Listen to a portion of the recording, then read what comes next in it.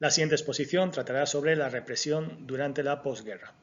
Comenzaremos viendo una breve contextualización, después algunas leyes que legitimaban la represión en la época de posguerra y terminaremos viendo algunos de los métodos utilizados. Es importante señalar que el nuevo Estado, como así lo llamaban los franquistas, nació a través de un golpe de Estado contra la República, Segunda República. Una república que se estableció de una manera legal. Esto es importante porque al terminar la guerra civil, el bando republicano vencido sería acusado de rebelión, delito de rebelión, y sería injustamente enjuiciado en los tribunales. La guerra civil, que va desde 1936 a 1939, continúa con la posguerra hasta el 75 con la muerte de Franco. La propaganda o los propagandistas franquistas señalaron que la guerra iba a continuar porque el bando republicano tenía que redimir los pecados cometidos en la guerra civil. La represión estuvo desde el primer momento justificada. De hecho, incluso podríamos decir que se utilizó cierta terminología para ensalzar el nuevo Estado como la cruzada. El objetivo de ello era, pues como hemos dicho, ensalzar los valores del franquismo, mientras que se intentaba siempre eliminar los valores republicanos. La herramienta utilizada va a ser la herramienta del miedo, que tiene dos objetivos. Por un lado, eliminar a los republicanos y por otro lado, aterrorizar a la población. Muchas veces la represión se realizaba de manera pública para intimidar. En cualquier caso, el régimen franquista nunca quiso reconciliar a ambos bandos, sino que la intención que tenía era señalar, humillar y silenciar al bando republicano. También se llevó a cabo una reeducación, una reespañolización de la sociedad con la intención de difundir el ideario del régimen franquista. Vamos a ver ahora algunas de las leyes que se llevaron a cabo para legitimar esta represión. Los decretos del 36, que eliminaban partidos políticos y sindicatos antes justo de la posguerra. Justo al terminar la guerra civil se dictó la Ley de Responsabilidades Políticas del 39, que tenía dos funciones principales. Por un lado, legitimar la acción del ejército, un ejército que tenía un papel fundamental en el Estado y que incluso llegaría a llevar a cabo los juicios, los tribunales de guerra. Y por otro lado, el objetivo era culpabilizar de los males de la guerra civil al bando republicano que había perdido.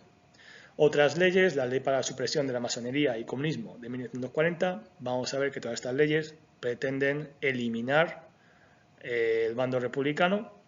En el 42 se reforma la Ley de Responsabilidades Políticas, en el 45 se constituye el Código Penal franquista, en el 47 la represión del bandidaje y del terrorismo, y mucha de esta legislación permanecerá vigente hasta 1969.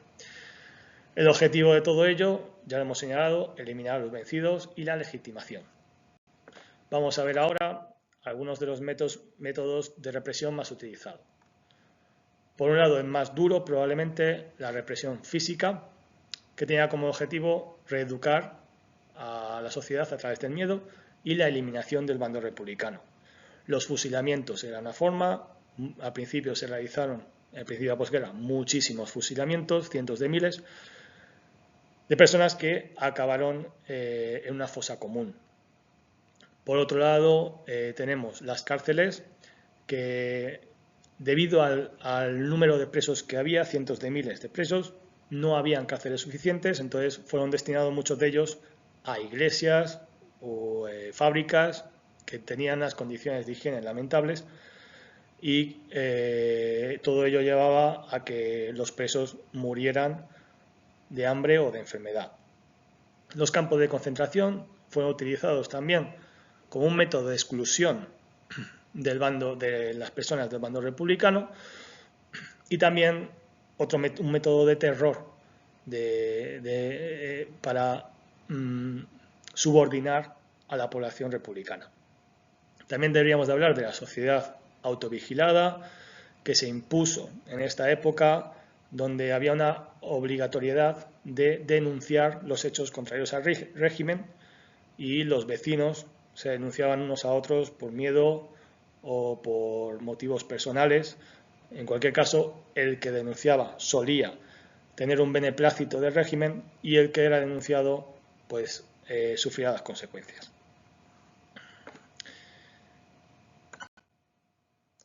Otro de los métodos es la represión cultural, muy polifacética. Encontramos que los medios de comunicación eran utilizados para exaltar el ideario franquista, para manipular y para humillar al bando republicano.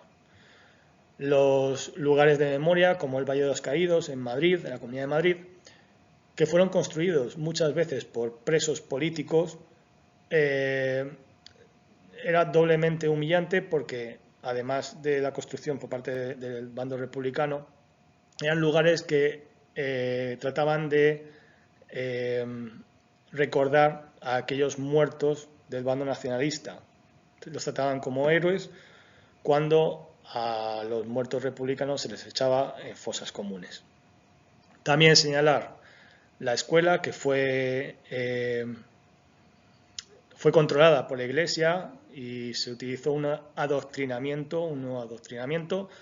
Los maestros que tenían idearios o ideales republicanos o democráticos fueron eliminados o fueron exiliados.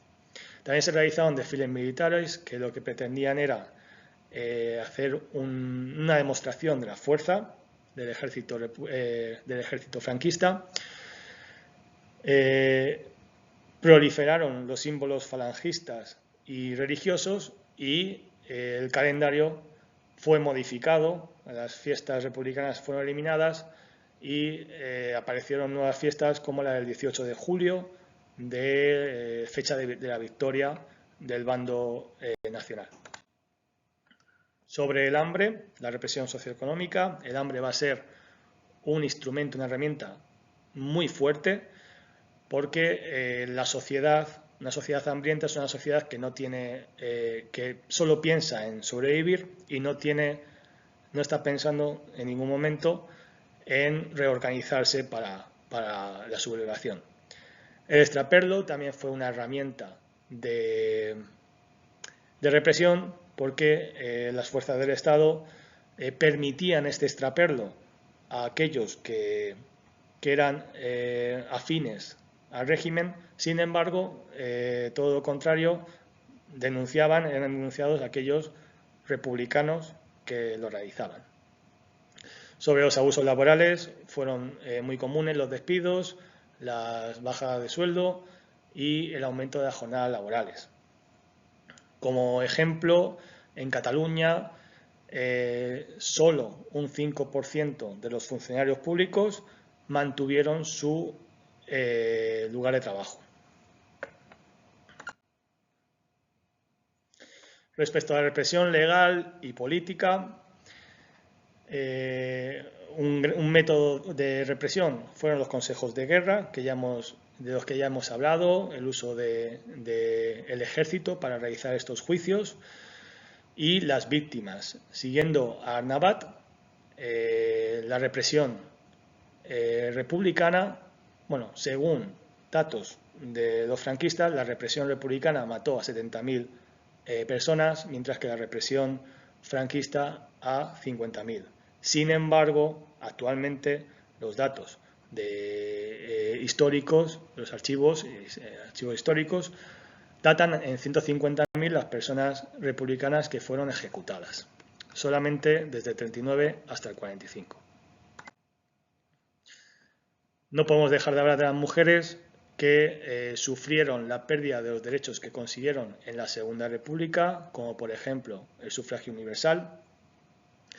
Fueron otra vez relegadas al papel de madre y de esposa, y muchas mujeres republicanas fueron brutalmente maltratadas, en muchos casos también, como por ejemplo mujeres embarazadas que eran despojadas de sus hijos para darlos en adopción a familias del bando nacional.